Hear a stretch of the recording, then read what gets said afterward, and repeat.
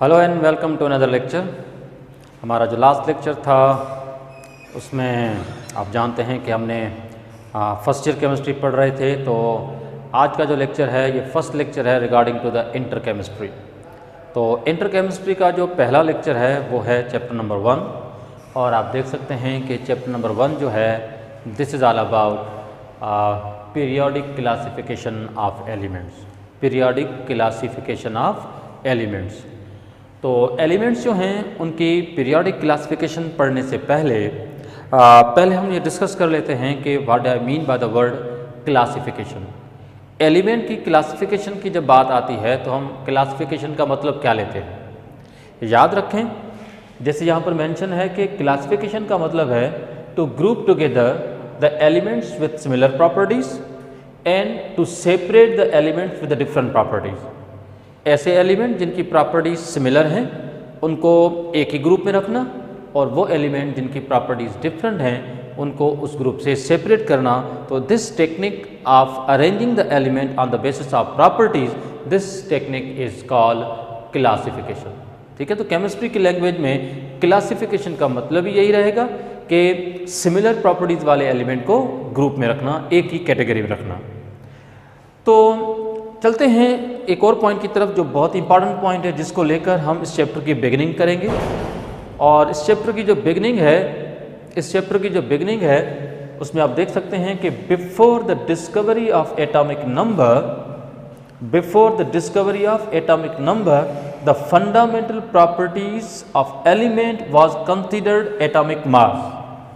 मतलब जब तक एटॉमिक नंबर का मामला डिस्कवर नहीं हुआ, या आप यूँ कह सकते हैं कि जब तक एटॉमिक नंबर डिस्कवर नहीं हुआ था उससे पहले एलिमेंट की जो फंडामेंटल प्रॉपर्टीज़ हैं वो मानी जाती थी एटॉमिक मास। तो अगर हम 1869 तक की बात करें, 1869 तक की बात करें जब मेंडलीव्स पीरियोडिक टेबल आया था, तो ये बात भी 1869 की हो रही है जो एटॉमिक नंबर की डिस्कवरी के बहुत पहले की है।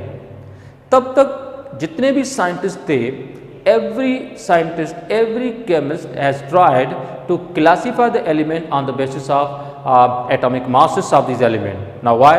Because atomic mass was believed to be the fundamental property of the element. ठीक है, तो एलिमेंट की जो फंडामेंटल प्रॉपर्टी है वो क्या मानी जाती थी? Atomic mass. तो इसी सीक्वेंस का हमारा पहला टॉपिक है टेक्स्ट बुक का। तो आप देखें तो हमारा पहला टॉपिक जो है, now this is called Dobereiner's classification. अब डॉबरिनर्स क्लासिफिकेशन जो है इसमें क्या आउटलाइंस हैं, क्या डिटेल्स हैं, तो चलो देखते हैं। तो आप देख सकते हैं कि सबसे पहली पॉइंट मैंने यहाँ पर यही लिखी है कि एलिमेंट्स अगर आपको थोड़ा सा प्लूरल फॉर्म मिले तो लिख सकते हैं elements were arranged on the ascending order of atomic mass. यानी डॉबरिनर जो था उसने भी एलिमेंट को जो अरेंज किया था वो increasing order of atomic masses की बुनियाद पे किया था। इसका सिंपल मतलब ये है कि जिस एलिमेंट का मास कम होगा उसको पहले रखा गया, जिसका मास ज़्यादा होगा उसको बाद में रखा गया होगा। तो अरेंजमेंट जो थी वो increasing order of atomic masses की बुनियाद पे है। सेकेंड पॉइंट में लिखा है कि each group contained 3 elements with similar properties and these groups are called triad. हर ग्रुप के अंदर इसने 3 एलिमेंट रखे और ग्रुप ऑफ 3 एलिमेंट्स जो है उसको इसने नाम दिया था ट्राइड का। और ये बात भी याद रहे कि एक ट्राइड के अंदर आने वाले जितने भी एलिमेंट्स थे उन सब की प्रॉपर्टी सिमिलर थी। देखो एक ग्रुप के अंदर 3 एलिमेंट हैं तो ग्रुप ऑफ 3 एलिमेंट्स को हम क्या कह रहे हैं? हम इसको कह रहे हैं ट्राइड। क्या कह रहे हैं? ट्राइड। ठीक है, तो ट्राइड के अंदर जितने भी एलिमेंट्स थे ना सिर्फ वो increasing order of atomic masses की बुनियाद पे रखे गए थे, लेकिन एक ट्राइड के अंदर जितने भी एलिमेंट थे उनकी प्रॉपर्टीज भी सिमिलर थी। तो इसी पॉइंट को मैंने आगे लिखा। देखें आगे इसने एक चीज़ ऑब्जर्व की कि average of atomic masses of first and the last element of triad was approximately equal to the atomic mass of the middle element. अब चलो इस कहानी को कैसे स्टार्ट करें। फॉर एग्जाम्पल मैंने यहाँ पर एक ट्राइड बनाया है। Now you can see the tried, this is one of the tried containing 3 elements like lithium, sodium and potassium. तो आप कह सकते हैं कि मैंने इन 3 एलिमेंट्स को इसी ऑर्डर में क्यों लिखा है? क्योंकि इन एलिमेंट के मासेस आप देख सकते हैं इंक्रीज हो रहे हैं 7, 23 एंड 39। अब आप पूछ सकते हैं कि भाई इन 3 एलिमेंट्स को increasing order of atomic masses की बुनियाद पर रखा है, पर इस पर्टिकुलर ट्रायड में यही 3 एलिमेंट क्यों? So there are so many similarities among these 3 element. तो ये ना सिर्फ ये element increasing order of atomic masses की बुनियाद पर रखे गए हैं एक ट्रायड के अंदर, बल्कि इन तीनों एलिमेंट्स की जो प्रॉपर्टीज़ हैं वो भी सिमिलर हैं, वो भी आइडेंटिकल हैं। जैसे आप जानते हैं कि तीनों के तीनों एलिमेंट्स मेटल्स हैं, तीनों के तीनों एलिमेंट्स अल्कली मेटल्स हैं, तीनों के तीनों एलिमेंट्स जो हैं ये सॉफ्टवेयर एलिमेंट हैं, तीनों के तीनों एलिमेंट्स जो हैं ये एक इलेक्ट्रॉन लूज करते हैं, तीनों के तीनों एलिमेंट जो हैं ये ऑक्सीजन के साथ रिएक्ट करके बेसिक ऑक्साइड्स बनाते हैं। तो there are so many properties in common among these 3 element. तो ये एक ट्रायड था, increasing order of atomic masses पे अरेंज किया। तो डाबरिनर ने क्या कहा? डाबरिनर ने कहा कि जब हम एलिमेंट को increasing order of atomic masses की बुनियाद पर अरेंज करेंगे तो फिर उस ट्रायड के अंदर जो first and the last element जो है उनके एटॉमिक मासेस का जब हम एवरेज फाइंड करेंगे तो उसका जो एवरेज होगा, now that came out to be the approximate equal to the mass of the middle element. अब आप देख सकते हैं कि सोडियम का मास 23 है, ये 23 आ रहा है, इन दोनों का एवरेज जो है। तो this was the interesting point observe by the Dobereiner. Dobereiner ने कहा कि अगर हम एलिमेंट को ट्रायड में रखें, सिमिलर प्रॉपर्टीज़ की बुनियाद पर रखें और फिर एटॉमिक मासेस की बुनियाद पर रखें, तो फिर उस ट्रायड के अंदर फर्स्ट और लास्ट एलिमेंट जो होंगे उनके एटॉमिक मासेस का जो एवरेज होगा, now that will be approximately equal to the mass of the middle element. So this was the interesting point observed by the Dobereiner. तो ये था डाबरिनर क्लासिफिकेशन। अच्छा, एक और चीज़ जो आपके जहन में होनी चाहिए वो ये कि डाबरिनर ने जब ट्रायड बनाए तो he only succeeded in making the few triad. इसने सिर्फ 2-3 ट्रायड बनाने में सक्सेस हासिल की थी। इस ट्रायड के पैटर्न से हम सभी एलिमेंट्स को क्लासीफाई नहीं कर सकते। तभी हमने लिखा है कि could not be applied to the all the known elements. ये जो कंसेप्ट ऑफ ट्रायड है ये सभी एलिमेंट्स पे हम अप्लाई नहीं कर सकते। कभी कभार क्या होता है कि जब हम एलिमेंट को मासेस की बुनियाद पे अरेंज करते हैं तो फर्स्ट और लास्ट एलिमेंट का जो मास है उसका एवरेज मिडिल एलिमेंट के इक्वल भी आ जाता है, लेकिन उसके बावजूद भी वो तीनों एलिमेंट एक ट्रायड में नहीं रखे जा सकते। तो मैं एक एग्जांपल दे रहा हूँ। सपोज करें कि मैं कहता हूँ कि एक ट्रायड है जिसमें ये एलिमेंट आते हैं, कार्बन, नाइट्रोजन और ऑक्सीजन। अगर मैं आपसे पूछूं कार्बन का मास क्या है तो आप बोलेंगे 12, नाइट्रोजन का 14 और ऑक्सीजन का मास क्या है 16। तो आप मुझे बताओ कि फर्स्ट एलिमेंट और लास्ट एलिमेंट जो हैं इनके एटॉमिक मासेस का अगर मैं एवरेज निकालूं तो इसका आप देख सकते हैं कि इसका एवरेज अप्रॉक्सीमेट कितना आ रहा है 14। तो बताओ कि 14 किसका मास है? नाइट्रोजन का। तो इस तरह से फर्स्ट और लास्ट एलिमेंट के जो मासेस हैं उसका एवरेज मिडिल एलिमेंट के इक्वल आ रहा था, लेकिन प्रॉब्लम ये थी कि ये तीनों एलिमेंट जो हैं ये एक ट्रायड में नहीं आ सकते। क्यों? क्योंकि ये तीनों एलिमेंट डिफरेंट प्रॉपर्टीज़ रखते हैं। कौन कौन सी डिफरेंट प्रॉपर्टी? मिसाल के तौर पर कार्बन टेट्रावैलेंट है, नाइट्रोजन जो है ये ट्राईवैलेंट भी है, पेंटावैलेंट भी है, मुख्तलिफ वैलेंसीज रखता है। ऑक्सीजन जो है ये भी आप जानते हैं कि डाईवैलेंट है। तो इनकी सो मेनी प्रॉपर्टीज़ जो हैं इनकी वो आपस में डिस्टिंग्विश्ड हैं, डिफरेंट हैं। तो इस वजह से ये तीनों एलिमेंट्स ट्रायड नहीं बना सकते। तो इनडायरेक्टली हम क्या कहेंगे? हम कहेंगे कि law of triad can only be applied only to the few element but not for the all elements. तो इस वजह से डाबरिनर ट्रायड जो है वो अल्टीमेटली क्या हुआ? वो फैल गया। डाबरिनर क्लासिफिकेशन के बाद एक और पॉइंट आपकी टेक्स्ट बुक में है, तो आप देख सकते हैं। Now this is called Newlands classification. इसको हम क्या बोलते हैं? Newlands classification. तो चलो देखते हैं कि न्यूलैंड्स क्लासिफिकेशन की जो है वो बेसिक क्या है, इसकी बेसिक आउटलाइन क्या है। तो अगर आप ध्यान से देखें तो सबसे पहली पॉइंट यही मेंशन है कि arrangement of element was based on ascending order of atomic masses. मतलब न्यूलैंड क्लासिफिकेशन में भी पहली पॉइंट तो यही है कि elements were arrange on the basis of ascending order of atomic masses. ठीक है, क्योंकि अभी एटॉमिक नंबर डिस्कवर हुआ नहीं था, एटॉमिक नंबर जैसा कंसेप्ट नहीं था, तो फिर एलिमेंट की फंडामेंटल प्रॉपर्टी क्या मानी जाती है? एलिमेंट की फंडामेंटल प्रॉपर्टी तो फिर एटॉमिक मास मानी जाती है। तो इस वजह से न्यूलैंड ने भी एलिमेंट को एक सर्टेन ऑर्डर में रखा, लेकिन एलिमेंट्स को रखा किस ऑर्डर में? Increasing order of atomic masses. अब आप देखें कि यहाँ पर एक लिस्ट ऑफ एलिमेंट्स मैंने लिखी है, ठीक है। हॉरिजॉन्टली मैंने इन एलिमेंट्स को रखा है एटॉमिक मासेस की बुनियाद पे। सपोज कर लेते हैं लिथियम, आप जानते हैं कि इसका एटॉमिक मास है 7, बेरिलियम, ठीक है, ये आप देख सकते हैं कि बेरिलियम का जो एटॉमिक मास है वो है 9 और 11, 12, nitrogen 14, oxygen 16, fluorine 19, sodium 23, magnesium 24, aluminium 27, silicon 28, phosphorus 31, sulphur 32, chlorine 35.5। तो what I am trying to say कि अगर आप इन एलिमेंट्स को हॉरिजॉन्टली काउंट करोगे, इन एलिमेंट्स को लेफ्ट टू राइट अगर आप काउंट करोगे तो आप देख सकते हैं कि इन एलिमेंट्स के जो एटॉमिक मासेस जो हैं वो ग्रेजुअली क्या हो रहे हैं, वो बढ़ रहे हैं, ठीक है। चलो भाई ठीक है, भाई न्यूलैंड जो है उसने एलिमेंट्स को increasing order of atomic masses की बुनियाद पे रख लिया। तो अब इस क्लासिफिकेशन की मेन आउटलाइन क्या है? इस क्लासिफिकेशन की आउटलाइन ये है कि repetition of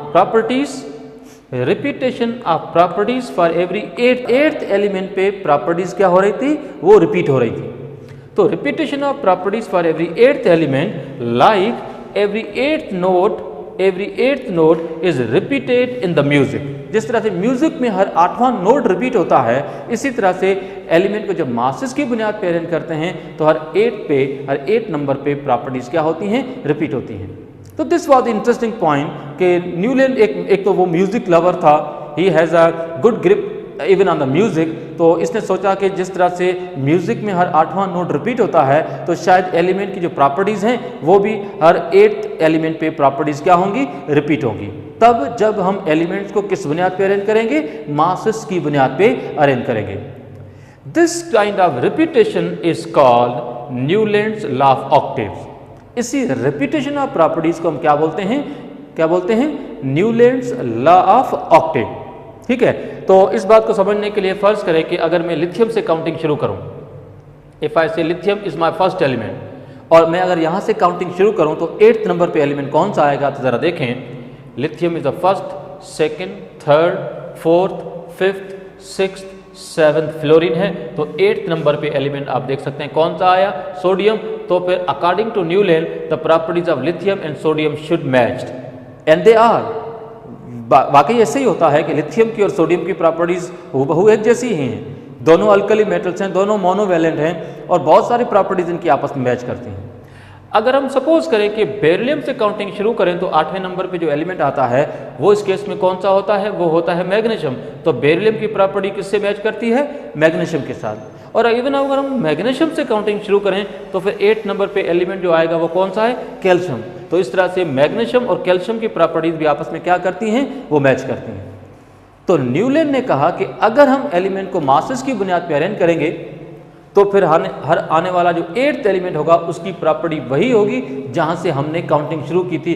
this kind of A situation is first time observe in the history of chemistry. आप कह सकते हैं कि केमिस्ट्री की हिस्ट्री में ये पहली बार ऐसा हुआ था कि एक रेगुलर इंटरवल पे प्रॉपर्टीज क्या हो रही थी, रिपीट हो रही थी। दिस रिपीटेशन ऑफ प्रॉपर्टीज मैं यहाँ पर एक वर्ड लिख रहा हूँ। इस रिपीटेशन ऑफ प्रॉपर्टीज के लिए हम एक वर्ड यूज करते हैं, इसको हम कहते हैं पीरियोडिसिटी। इस वर्ड को हम क्या कहते हैं, पीरियोडिसिटी। तो अगर कोई आपसे पूछे या इवन ऐसा क्वेश्चन भी आ जाए कि बताओ कि व्हाट इज पीरियोडिसिटी, तो पीरियोडिसिटी के लिए आप जवाब देंगे कि repetition of properties at regular interval. Repetition of properties at regular interval, now this is called periodicity. So who discovered the periodicity, Newland. Periodicity किसने डिस्कवर की, न्यूलैंड ने डिस्कवर की। तो होपफुली आप ये बात समझ गए होंगे, ठीक है। अब आते हैं कि न्यूलैंड का जो कंसेप्ट था एक बहुत ही इंटरेस्टिंग कंसेप्ट था, जिसमें हमें पता था कि हर 8वें एलिमेंट की प्रॉपर्टीज रिपीट होनी है, ठीक है। लेकिन फिर भी इस पर्टिकुलर कंसेप्ट में फ्लॉज हैं, कुछ गलतियां हैं, कुछ एरर हैं, कुछ इनकम्पिटेंस है। इनकम्पिटेंस का मतलब ये है कि ये पीरियोडिक टेबल कंप्लीट नहीं है। उसकी कुछ रीजंस क्या हैं, तो चलो देखते हैं। तो उसमें एक डिफेक्ट तो ये आ रहा था, न्यूलैंड्स जो था उसकी अगर हम क्लासिफिकेशन की बात करें तो उसमें एक डिफेक्ट तो ये आ रहा था कि it was valid up to the calcium. Newlands classification सिर्फ और सिर्फ कहाँ तक वैलिड थी, कैल्शियम तक वैलिड थी, और कैल्शियम से आगे ये वैलिड नहीं थी। एक तो ये बेसिक प्रॉब्लम थी इस पीरियोडिक टेबल में, ठीक है। अब आप पूछेंगे कैसे, मिसाल के तौर पर आप देख सकते हैं लिथियम से लेकर मैंने एलिमेंट जो रखे हैं वो मैंने रखे हैं up to the calcium. Calcium के बाद जो नेक्स्ट एलिमेंट, अगर हम उस वक्त की बात करें जो नॉन एलिमेंट थे, कैल्शियम के बाद जो नेक्स्ट एलिमेंट आ रहा था that was chromium. What was that element? Chromium. तो बोरॉन और एल्यूमिनियम तो प्रॉपर्टीज वाइज काफी कदर आपस में मैच करते हैं, लेकिन एल्यूमिनियम की प्रॉपर्टी फिर क्रोमियम के साथ कतई मैच नहीं करती। एल्यूमिनियम जो है वो कलरलेस कंपाउंड बनाता है, लेकिन क्रोमियम के कंपाउंड कलर्ड होते हैं। क्रोमियम के कंपाउंड और खुद क्रोमियम जो है ये मैग्नेटिक नेचर रखता है। एल्यूमिनियम और एल्यूमिनियम के कंपाउंड यूजुअली जो है वो क्या हैं, वो डायमैग्नेटिक होते हैं, वो मैग्नेटिक फील्ड में अट्रैक्ट नहीं होते। तो there are so many differences between the aluminium and chromium. तो इस वजह से क्रोमियम तो रख सकते थे, लेकिन रिपीटेशन ऑफ प्रॉपर्टी का प्रॉब्लम था। तो इस वजह से हमने कहा कि न्यूलैंड्स लॉ ऑफ ऑक्टेव में अगर अप्लीकेबल है, अगर ये लॉ या इसकी जो वैलिडिटी है वो सिर्फ और सिर्फ कहाँ तक है? कैल्शियम तक है। एक और प्रॉब्लम थी, एक प्रॉब्लम ये थी कि इसमें नोबल गैसेस इंक्लूडेड नहीं है। अगर आप ध्यान से देखें, आप देखेंगे फ्लोरीन और क्लोरीन ये तो रखे हैं। फ्लोरीन के आगे अगर हम जाएं तो आप जानते हैं कि फ्लोरीन के आगे मॉडर्न पीरियोडिक टेबल में जो एलिमेंट है वो है नियॉन। क्लोरीन के आगे एक एलिमेंट है, नाउ दैट इज आर्गन। तो नोबल गैसेस जहां पर इंक्लूडेड नहीं थी। अगर फर्ज करो कि वो नोबल गैस को रखता तो बताओ कि for every 8th element property repeat होती या फिर every 9th element? For every 9th element. तो this was the defect in the Newlands classification and that's it for this particular topic. और हमारा जो नेक्स्ट पॉइंट होगा उसमें हम अभी डिस्कस करने जा रहे हैं लोथरमेयर क्लासिफिकेशन और साथ साथ में हम डिस्कस करेंगे Mendeleev's periodic law. So that's it for now.